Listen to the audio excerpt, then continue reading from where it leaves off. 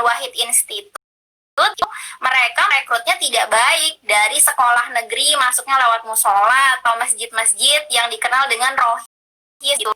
Dan sebenarnya bukan hanya di agama Islam, aku juga sempat dengar dari teman-teman progresif di GKI, banyak rokris atau rohani Kristen yang jadi ekstrakurikuler di sekolah-sekolah publik kayak SD, SMP, SMA itu juga secara tidak langsung kadang mengajarkan intoleransi dengan mengajarkan agamanya melalui membenci atau membeda-bedakan teman-teman agama lain gitu. Jadi sebenarnya arus-arus intoleransi itu tidak hanya ada di gerakan Islam, tapi juga ada di gerakan Kristen atau agama-agama lain. Dan kalau kita rajin diskusi dari negara lain juga sebenarnya pattern atau polanya itu sama gitu. Walaupun pemerintah juga sempat men-shutdown salah satu organisasi akar rumput Islam yang cukup besar dengan perekrutannya yang masif, tapi mereka masih bergerak underground sampai sekarang. Dan aku juga masih adalah dengar dari teman-teman yang masih kekeh gitu di dalam sana, kenapa masih memilih ada di sana gitu. Ya mungkin salah satu caranya yaitu dengan persahabatan dan persaudaraan yang bisa memanusiakan mereka dan mengembalikan nurani mereka supaya sadar gitu. Kalau misalnya sekedar diajak seminar atau debat gitu, mereka malah semakin berapi-api. Ya, benar-benar. Kemanusiaannya gitu ya, atau yang mungkin yang Islam ataupun dia coba membantu yang Kristen, atau mungkin kebalikannya. Intinya seperti yang aku bilang tadi, untuk menjaga keberagaman itu sebenarnya simpel gitu ya, yaitu dengan menghargai sesama kita, sesama bangsa Indonesia, saling tolong menolong ataupun tidak saling menjatuhkan, dan juga saling menjalin hubungan baik lah gitu. Yang aku rasa kalau kita tetap ataupun benar-benar melakukan yang beberapa hal tadi itu, ya gue yakin kita itu bakal tetap hidup dalam keberagaman gitu. Dan pasti itu tidak ada yang namanya perpecahan, keinginan untuk bahasanya memerdekakan diri sendiri gitu. Ya. Sebenarnya sih kalau bisa berbicara tentang keberagaman dan perdamaian di Indonesia ini sungguh luas sebenarnya. Tinggal kita anak-anak muda ke depannya ya bagaimana bisa menjaga Indonesia ini supaya nanti ke depannya itu Indonesia bisa lebih baik lagi dari saat ini gitu. Bahkan kalau bisa kita coba mungkin kita tinggal satu rumah itu bisa menampung banyak orang atau banyak orang dengan berbagai agama, itu kan bagus gitu ya. Iya, betul-betul. Mungkin aku mau sharing sedikit tentang istilah bubur panas. Bisa jadi tips nih teman yang bingung gimana cara memulai pertemanan yang awkward. Boleh. Jadi dulu aku pernah tuh dengar dari Mas Ihsan Malik. Kebetulan beliau hari ini ulang tahun. Mas Ihsan Malik yang bikin gerakan Baku Bae mengatasi konflik di Ambon. Beliau tuh bilang kalau mau memulai persahabatan lintas iman atau lintas ideologi yang berbeda, apa aja lah terserah. Nggak harus iman aja, bisa suku, bisa identitas. Cara makan bubur panas gitu. Maksudnya gimana? Kalau orang makan bubur panas tuh kan nggak bisa langsung dari tengah, tapi dari pinggir. Nah, apa yang membuat aku bisa bersahabat sama Jessica, sahabat pertamaku yang Katolik? Karena dia ngomongin makanan. Dia nanya, "Isti udah sarapan belum?" Dan apa yang Mas Ihsan Malik tulis di bukunya itu betul.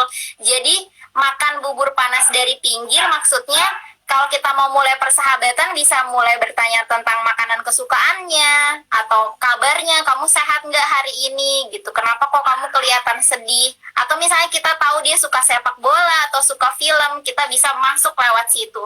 Nanti kalau jembatan persahabatan dan kepercayaan itu udah dibangun, makin bisa ke tengah yang panasnya itu, misalnya ngomongin kenapa sih kok kamu ikut gerakan radikal padahal kamu tuh orangnya sweet loh gitu, kenapa kamu nggak ikut gerakan duta damai aja misalnya gitu. Jadi bangun kepercayaan dari yang paling pinggir. Makan bubur yang bagian paling dingin dulu, baru ke tengah, baru panas gitu.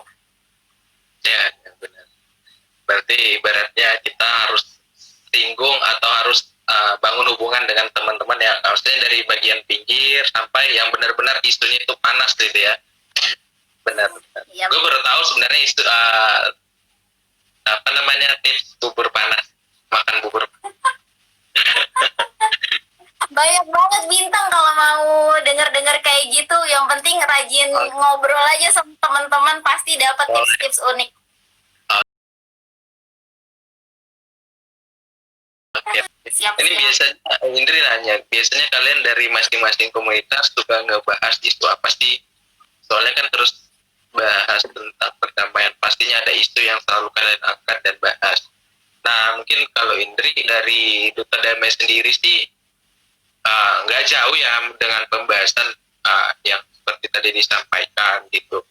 Kita lebih fokusnya itu gimana untuk mencegah isu, contoh misalnya terkait perpecahan ideologi, ada yang mungkin menginginkan berdirinya ideologi ini yang sangat bertentangan dengan keberagaman di Indonesia. Itu sudah pasti kita Duta Damai langsung bersuara untuk menangkas isu-isu tersebut.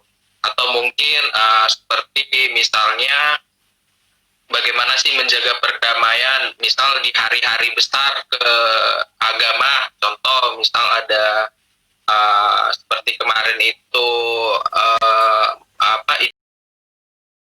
Idul Adha. Duta Damai ini berdamai dengan yang berbeda, bagaimana ya kita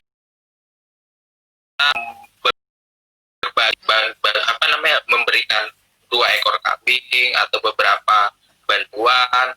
Jadi lebih ke isu-isu ataupun perbicaraan lebih tentang hari-hari besar agama, atau mungkin orang-orang yang suka membuat konflik di dalam negara ini, ataupun hoax, ataupun yang mungkin berita bohong yang harus disaring terlebih dahulu sebelum di-sharing gitu. Jadi kebetulan Duta Damai punya platform juga yang kalau misalnya teman-teman sekalian ada berita yang belum yakin nih, jangan langsung di-share dulu gitu sebelum kita coba baca. Kita boleh kirim dulu ke websitenya Duta Damai ataupun ke platformnya BNPT. Nanti dari BNPT bakal saring apakah berita ini real atau hoax gitu. Nah, kalau emang benar berita ini hoax, kita bakal coba tangkis isu ini gitu. Jadi kalau dari Duta Damai sendiri lebih fokus seperti itu, ke isu-isu perdamaian dan juga isu-isu yang radikalisme ekstremis gitu. Masih, wah keren banget tuh. Harus dicari teman yang sering jarinya gatel, jempolnya asal share aja, saring sebelum sharing. Tuh dengerin. Yes, tanya ke yang dipercaya, cek dulu fakta-faktanya, cross check semuanya, baru sharing. Iya, nama platformnya itu ada Getar Media. Jadi teman-teman boleh download Getar Media.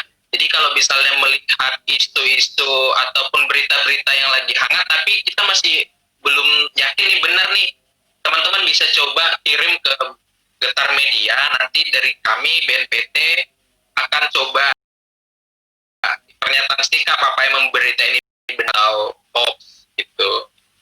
Jadi supaya ya keadaan aman lah gitu. Karena kan banyak orang yang langsung sharing gitu tanpa coba baca cari tahu. Gitu. Jadi suka ribut lah di grassroots, bahasan di akar rumput gitu. Iya. Aduh, kayaknya yang juga rada ribet itu generasi X mungkin masih oke. Baby boomer yang baru belajar internet terus kita di family group, di WhatsApp family group atau di apa aja lah yang dia punya di WhatsApp-nya, dia share yaitu apapun yang dapat. Kadang ngenes tuh dengan temen aja ya gitu ya. Mama atau oma opanya tiba-tiba, lah share apaan nih oma gitu. So, omanya cuma ketawa, hehe dapat dari temen oma gitu.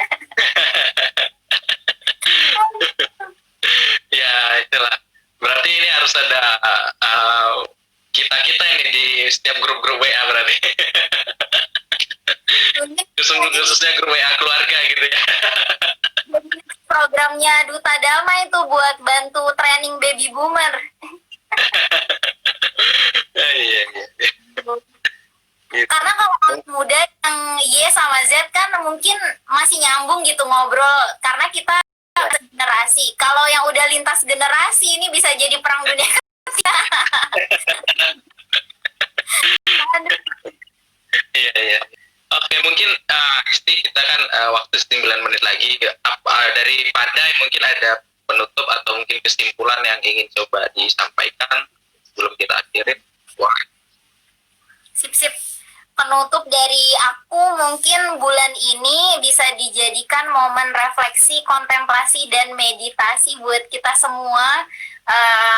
Kalau kita dengar Hari Perdamaian Internasional atau Hari Perdamaian Sedunia, nggak muluk-muluk mikir pengen jadi peacekeeper atau pengen jadi duta UNHCR, nggak usah sejauh itu.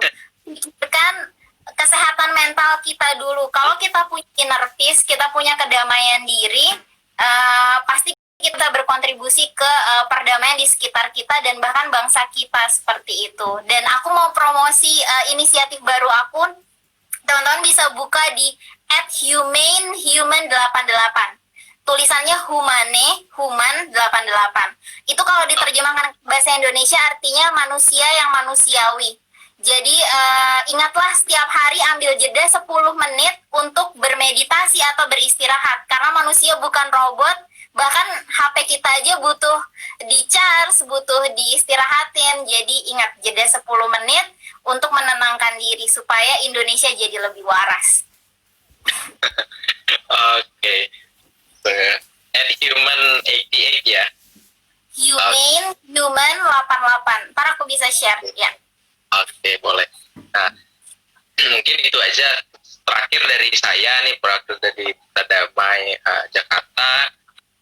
Harapannya ke depan ya, semoga kita semua anak muda, khususnya bagi teman-teman yang ingin bergabung di Duta Damai ataupun di Pandai, tetap menjaga keberagaman dan juga merawat perdamaian kita, supaya kita ke depannya ya Indonesia ini tetap. Oke, mungkin sekian dari saya, kita akhirin ya. Oke, terima kasih banyak Isti. Kita kedepannya bisa kolaborasi bersama kembali. Oke. Terima kasih bintang kesempatannya. Ntar aku share di IG Pandai juga. Mungkin boleh izin screen record buat ditaruh di IG TV Pandai. Oke, boleh. Sip.